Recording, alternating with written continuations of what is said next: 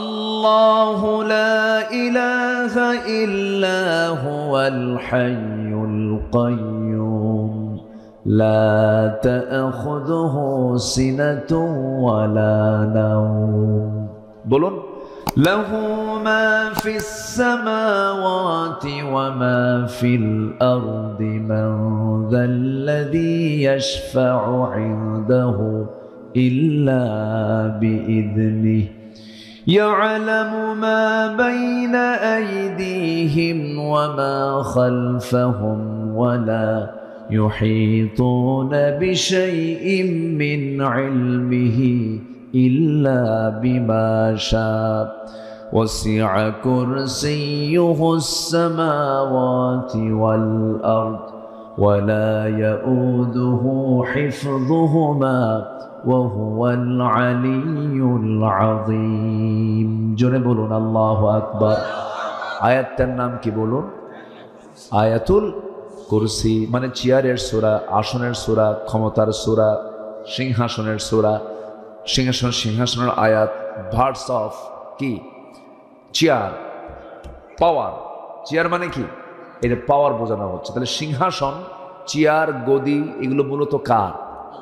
আসতে বলবেন না কার? কিন্তু সেই চেয়ার না মারামারি করে কে? তাহলে ক্ষমতা হলো আল্লাহ, আর মারামারি করে কারা? বান্দা। সমস্যাটা এই জায়গায়। আগে ভাবতে হবে ক্ষমতা আমার না, ক্ষমতাটা কার? আল্লাহ। ক্ষমতা কখনো বান্দার হতে পারে না। তাই যদি হতো, এই যে চলে গেল জুলাইয়ের পর, তাদের কোনো খবর নাই। ক্ষমতা যদি তাদেরই থাকতো, এই যে চরমভাবে তারা লাঞ্ছিত হলো, ক্ষমতা বান্দার যে নাই, এর চাইতে বড় বাস্তব প্রমাণ নিকটবর্তী বাংলার জমিন আর নাই। আল্লাহ কত সুন্দর করে জানিয়ে দিচ্ছেন ওয়ায়াতি, যারা পারেন কমন আয়াত সবাই পড়বেন। ওয়া তুইজ্জু মান তাশাউ ওয়া তুযিল্লু মান তাশা বিয়াদিকাল খায়রি ইন্নাকা আলা কুল্লি শাইইন কাদির। আল্লাহ যাকে চান সম্মান দেন, যাকে চান বেইজ্জত করেন। সকল কল্যাণ একমাত্র কার হাতে? কার হাতে? আল্লাহর হাতে। ওরা মনে হয় ভুলেই গেছিল, তাই না? ভাবতেছিল আমাকে কে ধরবে, দিল্লি তো আছে, তাই না? অনেক কিছুই করেছিল। আমাদের ভরসা কোনো মানুষ নয়, আমাদের ভরসা কে? আল্লাহ। আসতে বলবেন, আমাদের ভরসা কে? এই গদির সমস্যার সমাধান কি করা যায়, এটা হচ্ছে আমার আজকের সাবজেক্টের মূল বিষয়। এখন বিষয়টা কি রাজনীতি মনে করতেছেন নাকি আপনারা? কুজুর আপনি আসছেন একটু কান্দাবেন, একটু বাপ মার জন্য দোয়া করে দিবেন, এইগুলো আবার কি শুরু করলেন? এত সমস্যার মধ্যে আপনারা যান কেন? ওরা যা করে করুন। হ্যাঁ, তো এই চিন্তার কিছু লোক আছে, কিন্তু মানে হুজুররা একটু নেতৃত্ব দিক, আলেমরা একটু নেতৃত্ব দিক, ভালো মানুষ ক্ষমতায় যাক, এটা অনেক জনগণও চায় না। ভাবতেছেন আমার মানুষ ভালো, আমার দেশের মানুষ খুব ভালো না। তো ইতিহাস খুব দ্রুত ভুলে যায়। এই যে যুবকগুলো জীবন দিল, আমার তো মনে হয় কয়েক মাস পরে এটাও ভুলে যাবে। এই জাতির সবচেয়ে বড় সমস্যা হলো ভুলে যায় সবকিছু। সম্মানিত বন্ধুগণ, সম্মানিত ভাইয়েরা, এই সংকট দূর করার জন্য আমরা অনেক কিছু দেখেছি। আমরা এই 53-54 বছর, কেউ দেখেছি আমরা 25 বছর, কেউ 16 বছর, কেউ 9 বছর। কেয়ারটেকার গভর্নমেন্টটা কয়েক বছর, এরা দেশ চালিয়েছে। সবার নামের আগে মোহাম্মদ ছিল। সবাই তাদের ধর্মের নাম ইসলাম বলেছে, কিন্তু ইসলাম দিয়ে তারা রাষ্ট্র চালায় নাই, কোরআন দিয়ে তারা রাষ্ট্র চালায় নাই। জাহান্নামে যাওয়ার 1 নম্বর কারণ নামাজ ছেড়ে দেওয়া। সেই মিনিমাম নামাজের আইনটুকু তারা পাশ করে নাই, নামাজের কথা বলেও নাই। অতএব সব দেখা শেষ, আগামীর দেশ হবে কোরআনের দেশ, ইসলামের দেশ। আসতে কোন কেন, ঠিক কিনা? সবাই কি চান? চান কারা কারা? একটা হাত সাক্ষী রেখে আল্লাহকে দেখায় দেন, হাত তুলে দেখায় দেন। কেউ তো স্লোগান দেন না।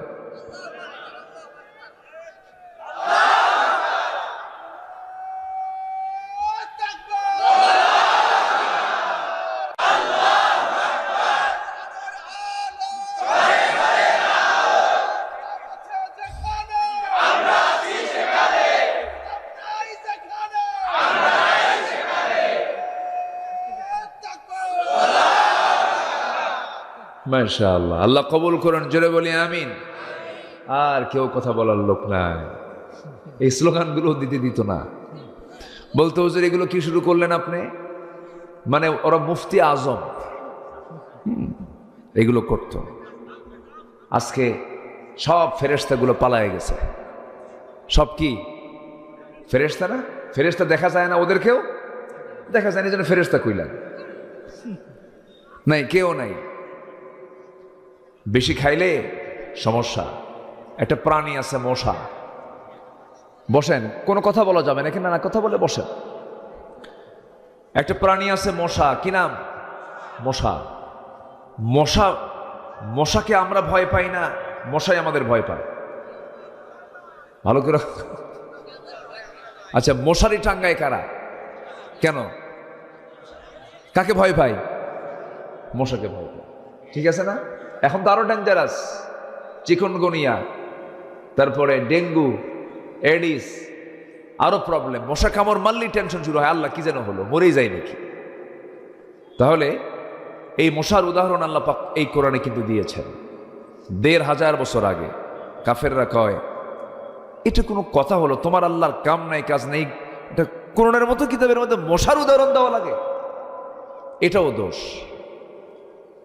সূরা বাকারার মধ্যে আল্লাহ রাব্বুল আলামিন সুন্দর করে বলছেন, আল্লাহ রাব্বুল আলামিন বলেন, ইন্নাল্লাহা লা ইস্তাহি আন ইয়াদরিবা মাসালাম মা বাউদাতান ফামা ফাওকাহা فأما الذين كفروا فيقولون ماذا أراد الله بهذا مثلا يضل به كثيرا ويهدي به كثيرا জোরে বলুন আল্লাহু আকবার।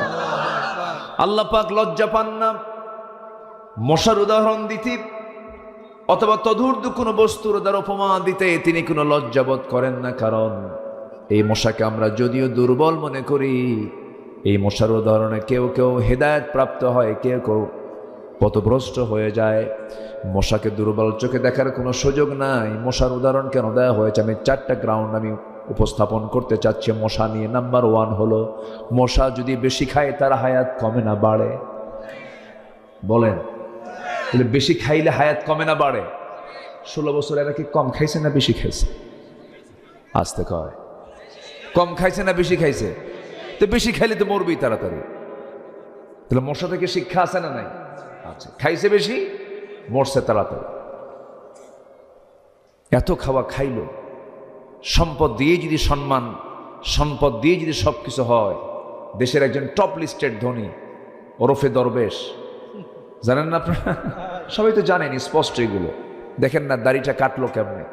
ওরা বলে আমরা নাকি ধর্মের ব্যবসা করি। যারা দাড়ি রাখে আবার দাড়ি কাটে ওরাই ধর্মের ব্যবসায়ী। যারা মাথায় পট্টি বাঁধে আবার তিলক লাগায় ওরাই হচ্ছে ধর্মের ব্যবসায়ী। আমাদেরকে নিয়ে অনেক বাজে মন্তব্য করা হয়েছে 16 বছর। আল্লামা সাঈদী কিনে অনেক নাটক মঞ্চস্থ করা হয়েছে, অনেক ষড়যন্ত্র করেছে ওরা, কিন্তু শেষ পর্যন্ত আল্লাহ ওদেরকে ন্যাংটা করে ছেড়ে দিয়েছেন। কি করেছেন? ওদেরকে ন্যাংটা করেছেন, একদম উলঙ্গ করে ছেড়ে দিয়েছেন। আলেমদের ধরবি, উলঙ্গ করে দিলাম, যা। ঠিক আছে না? পুলিশ ধরতে গেছে, আইনমন্ত্রীকে বলে স্যার চিনছি, থানায় চলেন। আইনমন্ত্রীকে আমি কি একা আসছি নাকি? আমি তো জামাতের সাথে আসছি। কে? কই যে বসে আছে, কে মাথার চুল কালো, মুখে দাঁড়িয়ে নাই, পরনে লুঙ্গি, গায়ে গেঞ্জি, লোকটা কে? ভালো করে দেখো, ওটাই দরবেশ। জালেম জালেমকে ছাড়ে না, জালেম জালেমকে ছাড়ে না, কিন্তু ইমানদার ইমানদারের জীবন রক্ষার্থে জীবন পর্যন্ত দিয়ে দেয়। যেরকম সুবহানাল্লাহ। লাভ কি হলো? কিছুই তো লাভ হলো না। সম্পদ আপনি এরকম বেশি করে খায়া আকাম কুকাম করে তো লাভ হলো না। মুসা আলাইহিস সালামের বিরুদ্ধে ফেরাউন একবার একটা অভিযোগ দিয়েছিল, শারীরিক ত্রুটির কথা বলেছিল। ও কেমনে নবী হয়? ওর তো শারীরিক প্রবলেম। কি প্রবলেম? দেখেন, এত বড় বেকুব ফেরাউন, কি শারীরিক প্রবলেমের লোক কোনোদিন আল্লাহর নবী হয় নাকি? কি সমস্যা? সমস্যা হলো ওর ওই অন্ডকোষের একটা ছোট একটা বড়। কে কইছে এটা? ফেরাউন। বলেন কে বলছে এটা? ফেরাউন। একদম সহি বর্ণনা কিন্তু এটা। আচ্ছা, এই কথা যখন বলছে, বলেন তো এই নবীটার রাগ কম না বেশি? বলেন তো। খুব রাগ ছিল, শোনা মাত্র খেপে গেছেন আর বলতেছেন, আল্লাহ শোনো, আমার প্রবলেম নাই, আমি সুস্থ, দিব্যি সুস্থ, আমার কোনো তাড়াতাড়ি ব্যবস্থা করো তুমি। আল্লাহ বললেন, মুসা টেনশন করো না, আমি সব একদম খুলে দেখাই দেবো, যাও। সুবহানাল্লাহ বলবেন না? উনি গোসল করতে গেছেন। কি করতে গেছেন? গোসল। আগের যুগের গোসলটা ওই কোনো একটা পানিতে নামলে ওই সময়ের শরীয়ত অনুযায়ী কাপড় খুলেও যদি বিকল্প কাপড় না থাকে কি করবেন, এরকম হয়তো বেকায়দা হতে পারে। তো উনি একটা পাথরের উপরে রেখে, একদম সহি বর্ণনা কিন্তু এটা তাফসীর আসছে, উনি পাথরের উপরে লুঙ্গিটা রেখে, ইজারাটা রেখে গোসলে নামছেন। গোসল করে উঠেই আবার ওই লুঙ্গিটা পরবেন, কিন্তু আল্লাহ পাক পাথরকে অর্ডার দিলেন, পাথর লুঙ্গি নিয়ে দৌড় মার। সুবহানাল্লাহ বলবেন না? লুঙ্গি নিয়ে দৌড় মার। পাথরের কি জীবন আছে? আমাদের জীবন ছিল। আমাদের এই বডিটা কি দিয়ে তৈরি বলেন তো? এই যে বলেন কি, এটা কি? মাটি। খালাকাল ইনসানা মিন সালসালিন কাল ফাখার। শুষ্ক মাটি, আবার কাদা মাটি, বিভিন্ন বর্ণনায় আসছে, এক কথা মাটি। তো মাটিতে যদি আল্লাহ জীবন দেন, আল্লাহ কি পাথরে জীবন দিতে পারেন না? পারেন। যিনি সবকিছুতে জীবন দিতে পারেন তিনি কে? আল্লাহ। পাথরকে অর্ডার করলেন, পাথর নিয়ে দৌড়ায়। মূসা আলাইহিস সালাতু ওয়াস সালাম তিনিও পিছনে দৌড়ান, বলছেন, পাথর রে, তুই আমার সঙ্গে বেয়াদবি করিস না, আমার তো পরনে লুঙ্গি নাই। আল্লাহ তার মেমোরি থেকে তিনি যে উলঙ্গ, এই স্মৃতি ভুলাইয়া দিয়েছেন, তিনি ব্যস্ত হয়ে পড়েছেন লুঙ্গি নেওয়ার জন্য। পিছে পিছে উনিও দৌড়, পাথরও দৌড়, নবীও দৌড়, পাথরও দৌড়, নবীও দৌড়, কিন্তু পাথরের সঙ্গে পারে না, কারণ পাথরকে আল্লাহ পাক অর্ডার দিয়েছেন, সোজা গিয়ে ফেরাউনের সামনে দাঁড়াবি। কোথায় গিয়ে দাঁড়াবি? ফেরাউনের সামনে গিয়ে দাঁড়াবি। ফেরাউন তার মন্ত্রী পরিষদ নিয়ে, পুরা ক্যাবিনেট নিয়ে এসে বসে গেছে, মিটিং করতেছে। ঠিক সেই সময় পাথরটা নিয়ে, যখন লুঙ্গিটা নিয়ে সামনে দাঁড়ায় গেছে, মুসাও সামনে চলে গেছেন, লুঙ্গিটা হাতের মধ্যে নিয়েছেন। এই দিকে তিনি যে উলঙ্গ, উনি নিজেও জানেন না, আল্লাহ পাক তার স্মৃতির দিকে সরাইয়া দিয়েছেন। ফেরাউন নিচের দিকে তাকায় দেখে, শুধু একে না, সবাই তাকায় দেখে, না সব ঠিকই আছে। আল্লাহু আকবার বলবেন। আজকে আলেমদের সত্যতা প্রমাণ হয়ে গেছে, আলেমদের কোনো দোষ নাই, সব উলঙ্গ করে দিয়েছেন ওদেরকে আল্লাহ তাআলা, ঠিক কিনা? আল্লাহ আছেন না নাই? আছেন। তাহলে মশার উদাহরণ যে দিয়েছেন আল্লাহ, এটা কি সঠিক না ব্যাঠিক? সঠিক। নাম্বার 2, মশা যে কামড়ায় আমাদের, এই মশাটা কামড়ায় পুরুষ মশা না মহিলা মশা? বলেন। হ্যাঁ হ্যাঁ, তো মহিলা মানুষ না তো। আবার দেখেন ম্যাডামরা বসে আছে, মহিলারা, মানে মহিলা মানুষ না, কিন্তু মহিলা মশার কথা বলতেছি। মহিলা কি? মশা, স্ত্রী মশা। মহিলা মশা যেটা স্ত্রীলিঙ্গ, যেটা সেটা কামড়ায়, পুরুষরা কামড়ায় না। আল্লাহ রাব্বুল আলামিন আজ থেকে ১৫০০ বছর আগে ওই স্ত্রী মশার কথাই বলেছেন, ইন্নাল্লাহা লা ইস্তাহি আন ইয়াদরিবা মাসালাম মা বাউদাতান।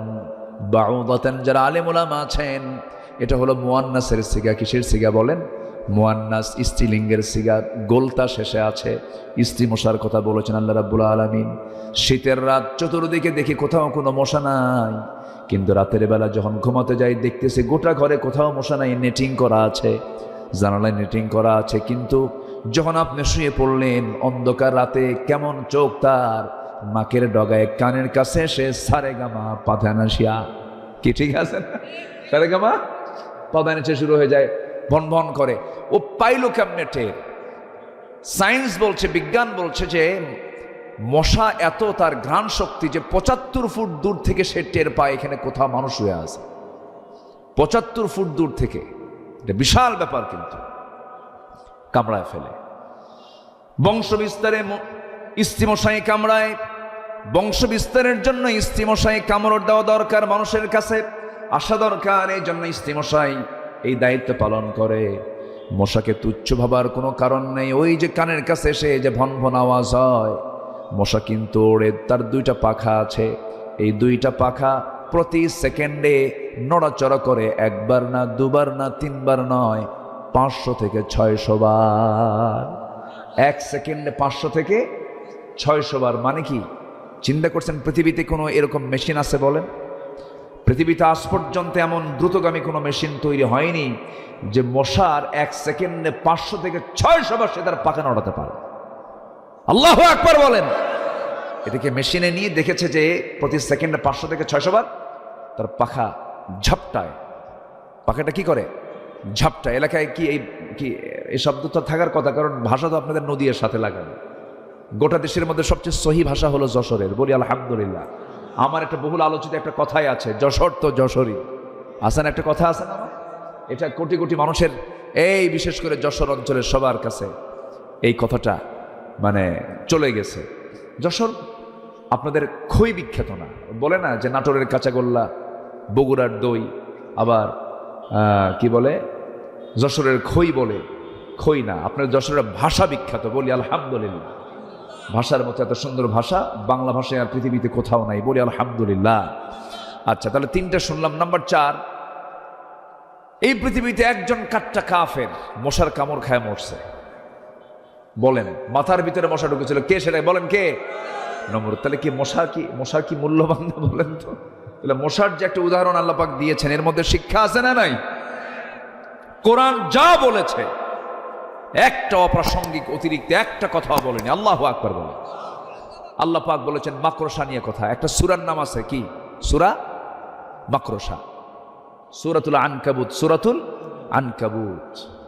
সূরাতুল আনকাবুত আল্লাহ রাব্বুল আলামিন কাফিরদের দৃষ্টান্ত দিতে গিয়ে আল্লাহ রাব্বুল আলামিন মাকড়সার উদাহরণ নিয়ে এসেছেন। তিনি বলছেন কি, মাসালুল্লাযীনা اتخذوا من دون الله أولياء كمثل العنكبوت اتخذت بيتا وإن أوهن البيوت لبيت العنكبوت لو كانوا يعلمون। জোরে বলুন আল্লাহু আকবার।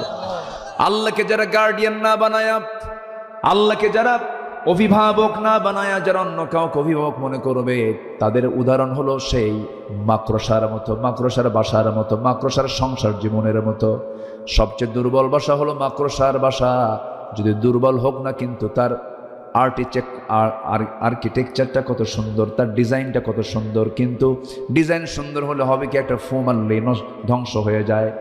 আল্লাহ পাক মাকড়সার উদাহরণ দিয়েছেন, তার ঘরের উদাহরণও দিয়েছেন। আবার এখানে সায়েন্স গবেষণা করে দেখেছে, পুরুষ মাকড়সা এবং স্ত্রী মাকড়সা যখন যৌন মিলনে যখন যারা যায়, ইন্টারকোর্স যখন কমপ্লিট হয়ে যায়, এই ইন্টারকোর্স কমপ্লিট করে যাওয়ার পরে স্ত্রী মাকড়সার ভিতরে একটা শারীরিক তার ঘাটতি থাকে, তার ভিটামিনের কমতি থাকে। এটাকে পূরণ করার জন্য, শেষ পর্যন্ত সেটাকে পূরণ করার জন্য স্ত্রী মাকড়সা পুরুষ মাকড়সাকে কামড় মেরে খেয়ে ফেলে।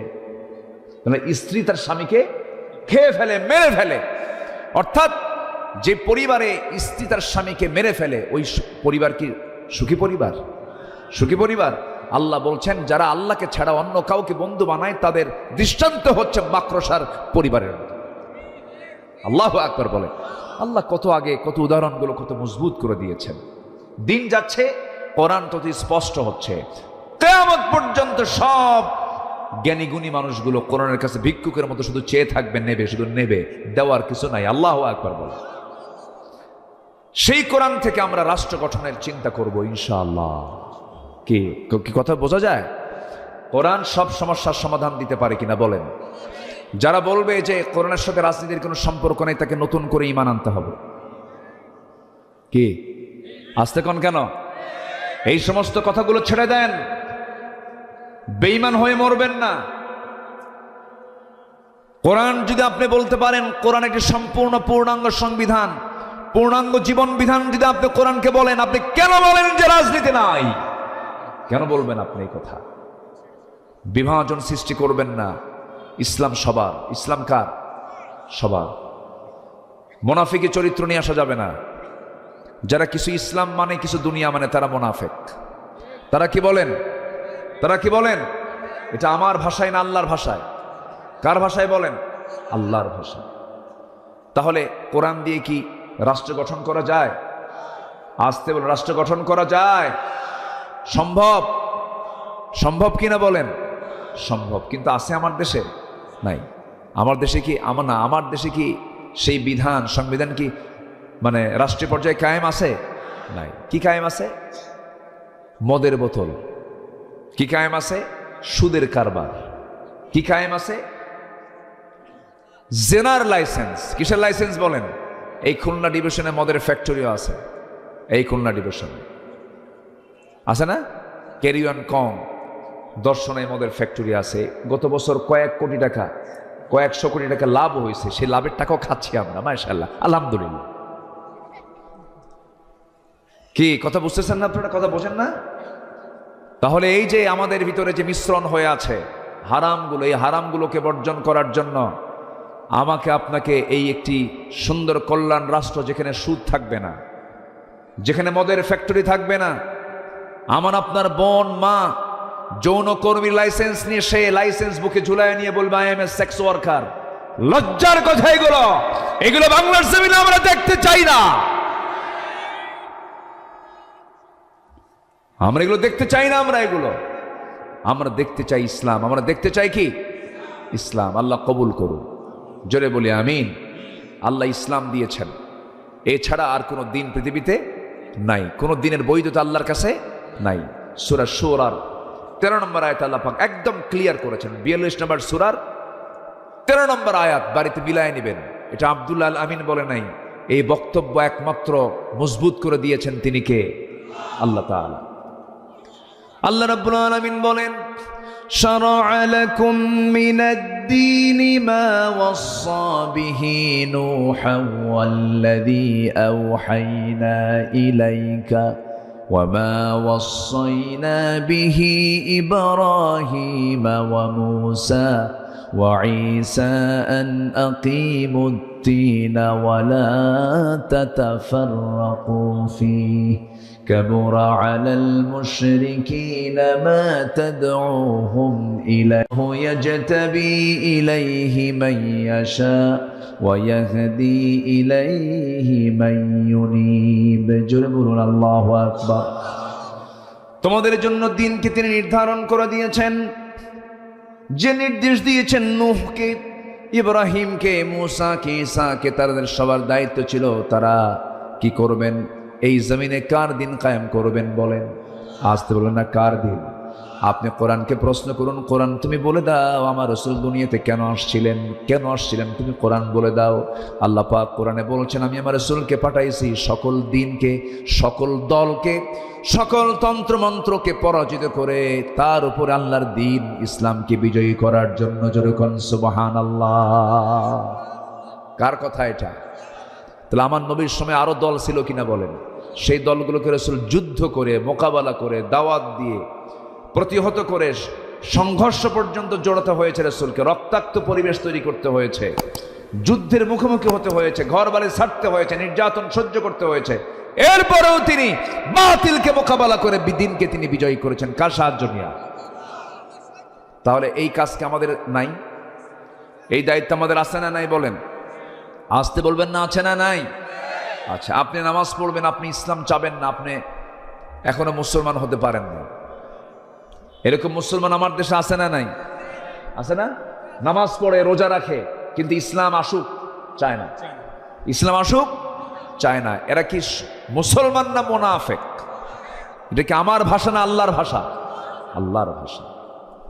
সম্মানিত ভাইয়েরা, ইসলামী রাষ্ট্রের যারা রাষ্ট্রপ্রধান হয়েছেন, কি সিকিউরিটি ছিল সেই সমাজে, সে রাষ্ট্রে। রাসূল বলেছেন, সানআ থেকে হাজরামাউত পর্যন্ত একটা নারী সুন্দরী,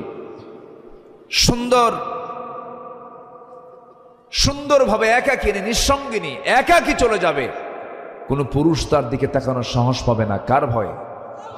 আসতে বলবেন না কার ভয়ে? আল্লাহর ভয়ে সাহস পাবে না। একটা রাষ্ট্রের সবচেয়ে বড় কাজ হচ্ছে রাষ্ট্রের যারা দায়িত্ব পালন করবেন জনগণকে আল্লাহর ভয় শিখায় দেওয়া। কার ভয় শিখায় দেওয়া? তাহলে আর ওই জায়গায় কোনো পুলিশ লাগে না, কোনো জেলখানাও লাগে না। একটা ছোট্ট ইতিহাস মনে পড়লো আমার, বলে ফেলি। ইসলামী রাষ্ট্রের জন্য রাসূলের কিছু আদর্শ আমরা আজকে শিখবো 12টা পয়েন্টে। সময় হয়তো পাবো না ওইদিকে, দেখি 2-1টা পয়েন্ট বলে হয়তো শেষ করতে হবে। আমার নবীজি একদিন বসে আছেন, এক মহিলা সাহাবী এসে বলতেছে, হুজুর আমি তো বড় একটা অপরাধ করে ফেলছি। রাসূল বলেন, কি অপরাধ করছো? রাসূল কিন্তু জাস্টিস, বিচারপতি। আমার নবী কিন্তু ইমাম শুধু ছিলেন না, উনি বিচারপতিও ছিলেন। বিচারের রায় দিয়েছেন অনেক শক্ত শক্ত রায়। রাসূলের সামনে এক মহিলা চুরি করে ধরা পড়ছে, মহিলাকে হাজির করা হলো। রাসূল বলেন, কোনো কথা নাই, হাত কাটো। কি কাটো? আসতে বলে, কি কাটো? হাত কাটো। কিন্তু সেই মেয়েটার নাম ছিল ফাতিমা, আমার নবীর নামও কি ছিল? ফাতিমা।